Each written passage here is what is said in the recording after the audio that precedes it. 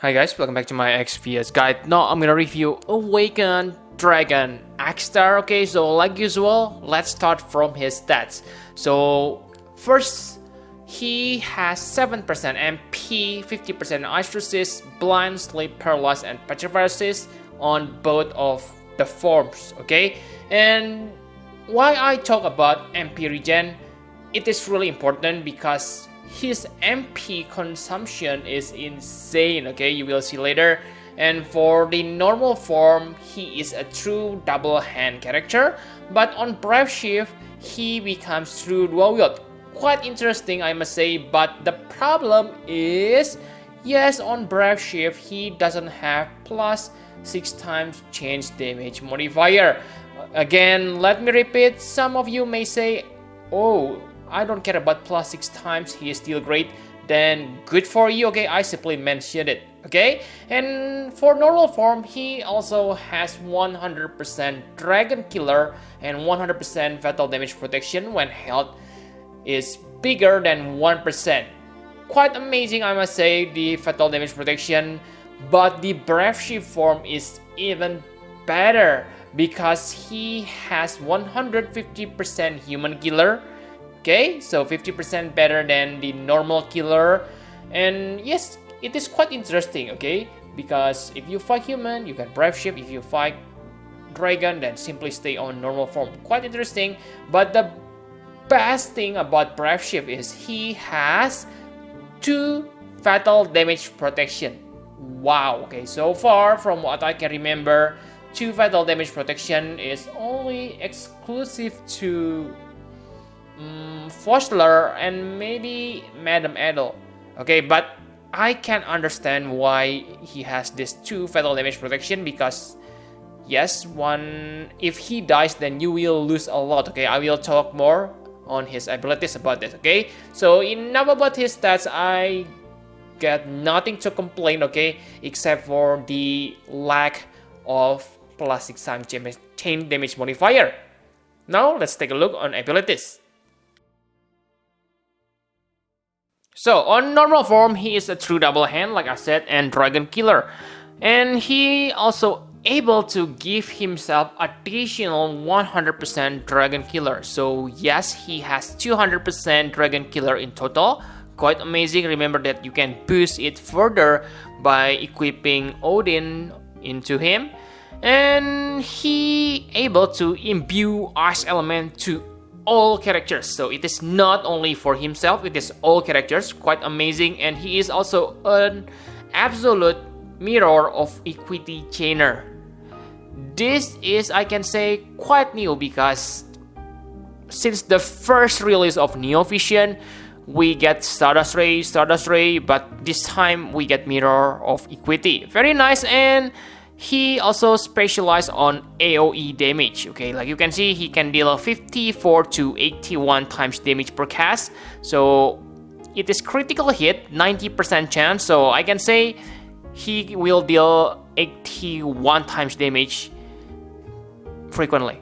Okay, and he also has breaking bar damage. Okay, when enemy weak against Katana. I must say, quite interesting here. Maybe in the future we're gonna get hard trial boss with this mechanic, then he will be good if the boss weak against Katana.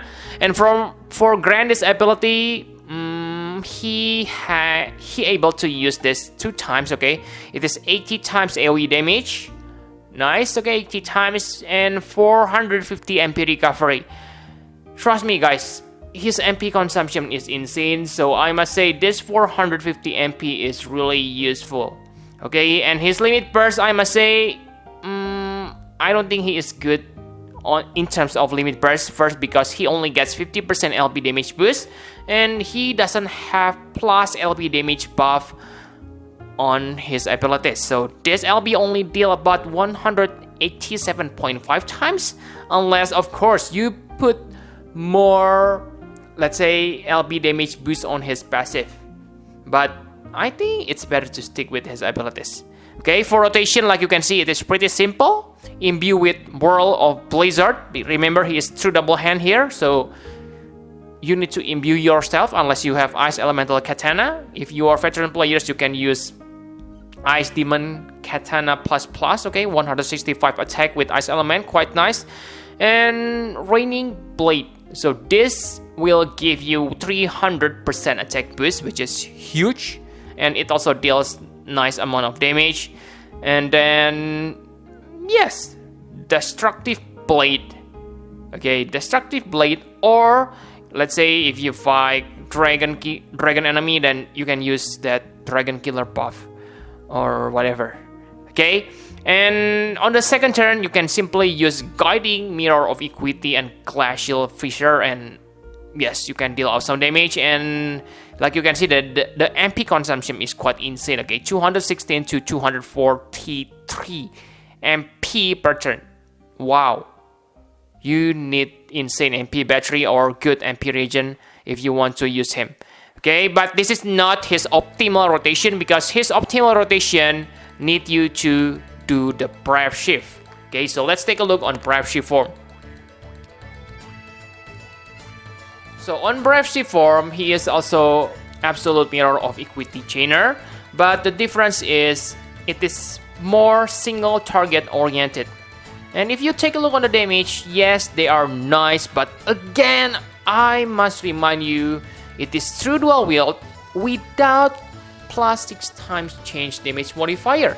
So I think if you able to reach same amount of attack stats on both form, okay, I think the true double hand form will win, because he gets higher damage modifier from two-handed katana.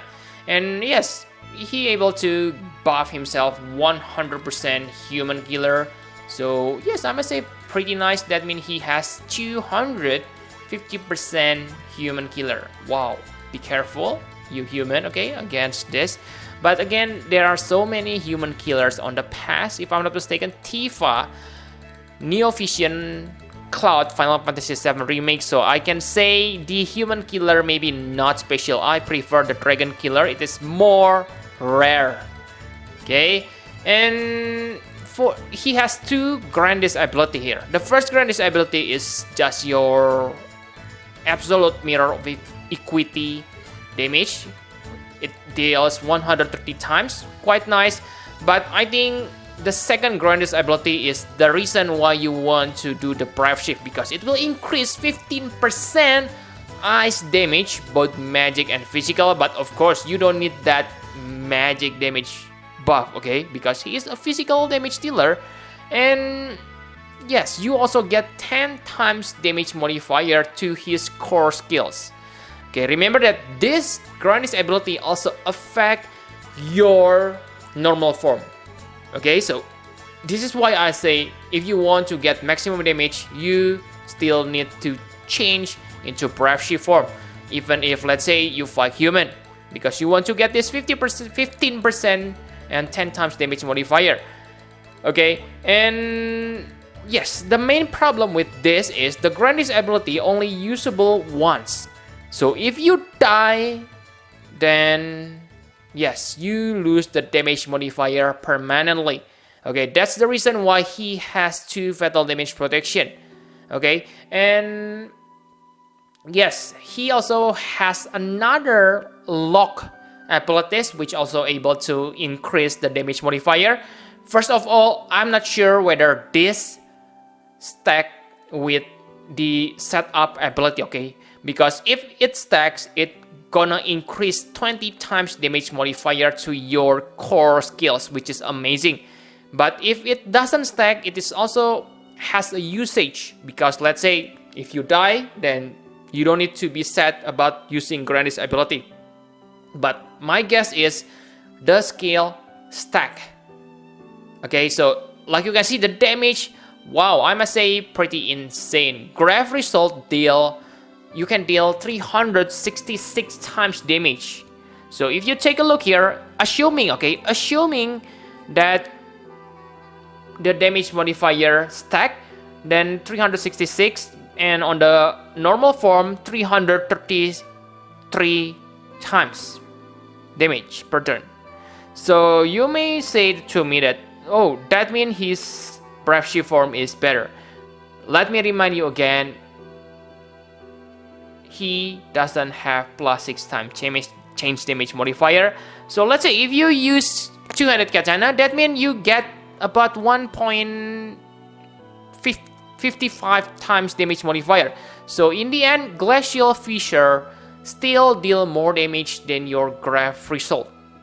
Okay, the reason for you is, but if you want to stay on the Brave Shift form, then you want to use your limit burst to imperil the enemy ice resist. Okay, because yes, if you back into normal form, you have a cooldown, so it will make the rotation a little bit complicated, I guess.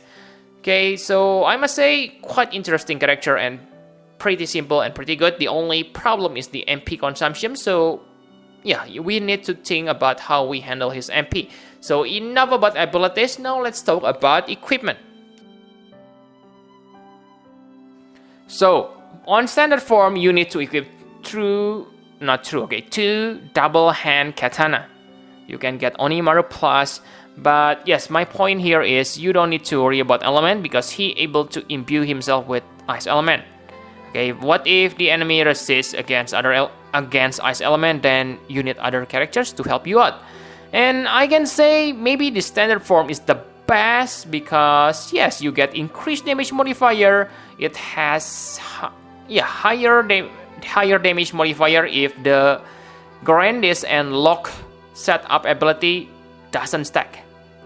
Okay, and on Brave Shift form, it is true dual wield form. Okay, and he cannot imbue ice element, but that's not a problem because most of his abilities on Brave Shift form are ice element.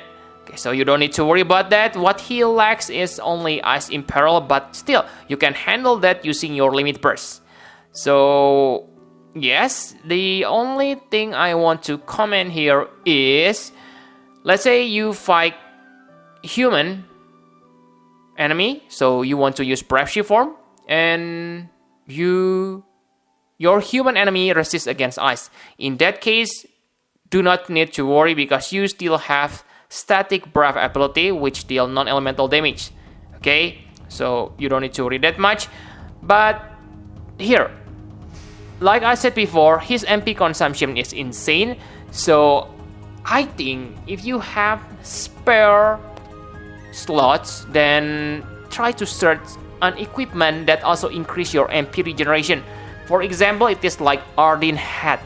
Okay, Ardeen Hat is pretty good. It gives you 40 attack and yes, MP regen if I'm not mistaken. So that's good. Okay, so yep, enough about the equipment. Now let's talk about partner. So for partner, he is not good paired with previous real Neovision because they are all Stardust Ray Chainer. But yes, if you get Cloud, classic Cloud, okay, Final Fantasy VII Demake, then he is quite good because he able to chain with Mirror of Equity. And don't forget, one of Cloud weakness is he cannot imbue himself with an element. So his weakness is fixed by Awakened Dragon Akstar normal form because he can imbue Cloud with ice element. Okay, so very nice. And maybe if you insist on using limit burst, then you want to bring Neovision Rain because Neovision Rain able to give let's say buff. Okay, able to give LB damage buff for Awakened Dragon Akstar, but I don't think that's a good idea. Okay, and if you need access to other elements, you can bring Dr. Aiden, Reyna, and Sylvie. Yeah, I believe you know, okay, because I have repeated this section so many times. And for party sample, too bad that I can say yes, Akstar, Awakened Dragon Akstar is good, but he is just like your ordinary chainer, so you cannot get creative with him. That's my opinion. So in about partner, now let's talk about abilities priority. So the first ability you need to level up is Destructive Blade Glacial Fissure. So this is strongest, okay, if let's say get higher damage modifier, okay, if you already use Grande's ability, this is really good, okay. So yes, this is your priority. And the second is Raining Brain Blade, okay, 300% attack boost, so it will benefit on both form, and you can also use it on both forms. So like I said, if you fight against human who resist against ice element, this is your answer for that human. Okay, simply equip, let's say, fire elemental katana and kill that human. Okay, and finally the last skill, Discipline Blade Graph Result. Okay, so it is Breath Shift ability. Okay, it is very strong, but it is locked to ice. Okay, that's why I don't like it that much. But still, I don't say it is bad. Okay, it is not your priority. That's what I want to say. So enough about abilities. My conclusion for Awakened Dragon Akstar. So this Awakened Dragon Akstar is the first real Neo Vision Mirror of Equity chainer. So yes, it's good to have variation other than Stardust Ray, okay? And maybe the best part is he has very simple rotation. So maybe other characters, other Neo Vision, yes, I can say their rotation is also very simple, but some of them may need to use their limit burst in order to deal maximum in quote damage. But for this Akstar, I think his strongest point is his normal abilities damage. That's why I like it. Very simple. You have seen this. You have seen it before. Okay, very nice. And he also has two killers, human and dragon. So dragon is really useful because we have Shinryu, okay? But I'm not sure whether Shinryu resists against ice or not, I forget, okay? But yes, very nice. And for the Trust Master reward, it's also good, okay? 60% with no restriction. But again, I can say that Zenaida as the Trust Master reward is still better because she has 4 killers, okay? Her Trust Mastery reward gives you 4 killers, and this time it is only 2, okay? I wish they, let's say, increase the number. I don't ask for 50%, but maybe 40%, okay? Because this is niche Trust Mastery reward to make it more interesting, but up to you, I mean, like usual. And for the STMR, I must say, it is quite strange, okay? Not bad, okay, not bad, don't get me wrong. It gives you 50% true dual wield, which is nice, okay. It is one-handed katana, but it also it gives you 50% true double hand.